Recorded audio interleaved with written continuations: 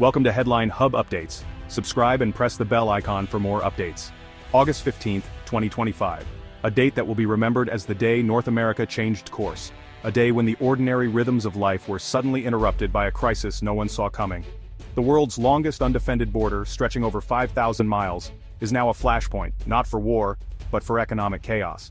What was once a symbol of trust and cooperation has become the epicenter of uncertainty. News headlines scream, border in chaos. Trump slams Canada with crippling tariffs. Trucks stalled for miles as new trade war erupts. The airwaves are filled with urgent updates and the world is watching as the situation escalates by the hour. Social media erupts with confusion and outrage as the crisis unfolds overnight, threatening a century of US-Canada partnership. Hashtags trend worldwide, with millions sharing their disbelief, anger, and fear for what comes next.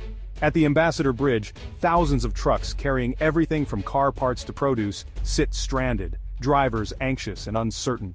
The hum of engines is replaced by tense conversations and worried glances, as livelihoods hang in the balance. New tariffs, announced suddenly by President Trump, have paralyzed the intricate supply chains that fuel North American industry. Factories on both sides of the border grind to a halt, warehouses fill with unsent goods, and workers are left wondering when, or if, work will resume. Customs agents scramble to interpret the new rules, while the once smooth flow of goods grinds to a halt. Confusion reigns as officials try to enforce policies that changed overnight, with little guidance and mounting pressure. The economic artery of a continent is blocked. Highways that once bustled with commerce now stand eerily still, a stark reminder of how quickly prosperity can turn to paralysis. Reporters interview frustrated drivers. "We're not enemies, we're neighbors. My government is treating them like a threat." Their voices echo the confusion and heartbreak felt by millions who depend on cross-border trade for their daily lives. In Canada, news channels run non-stop coverage, analysts predicting fallout, and the public's shock turns to fear and defiance. Families gather around televisions, searching for answers and bracing for the impact on their jobs, businesses, and communities. The question on everyone's mind: how did we get here? How did two nations bound by history and friendship find themselves on the brink of economic disaster? This isn't just a political spat, it's a shockwave built on weeks of diplomatic tension, a controversial UN vote, and a president known for forceful reactions. Behind closed doors, diplomats scramble to find common ground, but trust is in short supply. The tariffs are more than numbers, they're a declaration that the old rules are gone. Every page of new regulations signals a break from decades of cooperation, leaving businesses and families to navigate a new and uncertain reality. For millions on both sides of the border, life is about to change in ways they never imagined. Parents worry about putting food on the table, small business owners face impossible choices, and entire communities brace for the unknown. The partnership that once defined North America faces its greatest test. The bonds of trust and mutual benefit are strained to the breaking point, and the world wonders if they can hold. Economic and political aftershocks will reshape the continent for years. Experts warn that the consequences will ripple far beyond the border, affecting global markets and international alliances. The world watches, holding its breath. Allies and rivals alike study every development, knowing that what happens here could set a precedent for the future of international trade. The border, once a symbol of friendship, is now a line of division. Families, friends, and businesses are separated by policies they cannot control, forced to confront a new reality. The crisis is no longer abstract, it's personal, immediate, and inescapable. Every headline, every policy change is felt in the homes and hearts of ordinary people. The future of North America hangs in the balance. The choices made in the coming days will shape not just economies but the very fabric of society on both sides of the border. The stakes have never been higher. Leaders face impossible decisions knowing that every move will be scrutinized by history. The next chapter begins now. As dawn breaks over a divided continent, hope and uncertainty walk hand in hand, and the world waits to see what comes next. The spark for this international crisis was struck not on a distant border, but in the heart of global diplomacy, at the United Nations headquarters in New York. Here, the world's nations gathered, each with their own interests and anxieties as tensions simmered just beneath the surface. The catalyst was a contentious resolution on global AI regulation. The proposal, meant to set new international standards for artificial intelligence, quickly divided the world's powers. Some saw it as a necessary step to ensure safety and fairness, while others feared it would limit their technological edge. The United States, led by President Trump, emerged as the most vocal opponent. The administration argued that the resolution would stifle American innovation and hand over control to international bureaucrats. For Trump, it was a matter of national pride and economic dominance. Behind the scenes, the White House launched an aggressive campaign, pressuring allies and partners to reject the resolution. American diplomats worked the phones and corridors, warning of consequences for those who defied Washington's wishes. In Canada, the debate was fierce. Lawmakers weighed the risks of angering their powerful neighbor against the need for global cooperation. After hours of heated discussion, Ottawa made a bold choice: to abstain from the vote, calling for balance and a spirit of international partnership. For Canada, this was a statement of independence, a refusal to be bullied. But in Washington, the move was seen as nothing short of betrayal, a slap in the face from a trusted ally. President Trump, feeling personally undermined, took to social media with characteristic fury. He accused Canada of backstabbing the United States and siding with America's rivals, igniting a firestorm of headlines and public outrage. The White House escalated the rhetoric, threatening severe economic consequences. Officials framed the dispute as a matter of national security and fairness, insisting that America would not tolerate disloyalty from its closest neighbors. Trump promised swift action, vowing to impose tariffs that would make Canada pay for their disloyalty.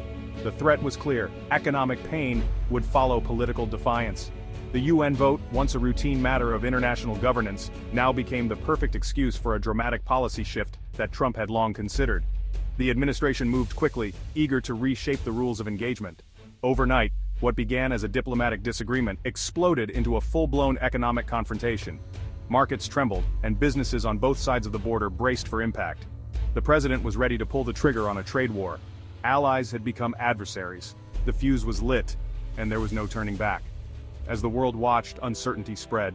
Financial markets wavered, and leaders everywhere braced for the shockwaves of a conflict that had just begun. The tariffs hit instantly, felt not just in government offices but in everyday life. News of the trade war dominated headlines, and families across North America watched anxiously as the situation unfolded. The uncertainty was palpable, with every newscast bringing fresh worries about what tomorrow might bring. In auto towns across the Midwest and Ontario, production ground to a halt. Car parts, once crossing the border seamlessly, now sat in limbo, waiting for clearance that might never come. The hum of machinery was replaced by silence, and the once busy factory floors stood eerily still. Factory managers scrambled to make sense of the new rules, while workers feared layoffs and reduced hours. The shock rippled outwards, reaching dinner tables where families worried about paying bills and keeping their homes. Conversations about job security became a nightly ritual. In Canada, prices for U.S. produce soared almost overnight. Shoppers stared in disbelief at expensive strawberries and lettuce, staples that were now out of reach for many. Families had to rethink their grocery lists, substituting fresh fruits and vegetables with cheaper, less healthy options.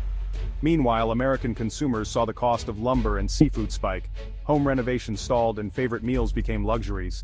The ripple effects of tariffs reached into every corner of daily life, from the hardware store to the dinner plate. The trade war was no longer an abstract policy debate, it was a blow to household budgets. Families sat at kitchen tables, poring over receipts and bills, trying to stretch every dollar further. The stress was constant, and the choices were harder than ever. Travel and tourism collapsed almost overnight. Border chaos discouraged cross-border trips, hurting businesses and families with ties on both sides. Hotels, restaurants, and small shops that depended on visitors faced empty rooms and shuttered doors. Nurses commuting from Windsor to Detroit faced hours-long delays, turning once simple commutes into daily ordeals. Essential workers struggled to get to their jobs, and hospitals felt the strain as staff arrived late or exhausted. Friendships and family visits became ordeals, with loved ones separated by new barriers. Emotional reunions at border crossings were tinged with uncertainty, as no one knew when things would return to normal. The tariffs frayed the social fabric, turning a once-friendly border into a barrier. Tensions rose at checkpoints, and the sense of community that once united border towns began to unravel. The crisis was personal, immediate, and everywhere. No one was untouched, whether at home, at work, or out in public. The anxiety was visible on every face. The cost was more than economic, it was human. Behind every statistic was a story of struggle, resilience, and hope for better days ahead. Trump's tariffs were a calculated economic assault. A 25% tariff on Canadian autos and parts threatened hundreds of thousands of jobs across Michigan, Ohio, and Ontario.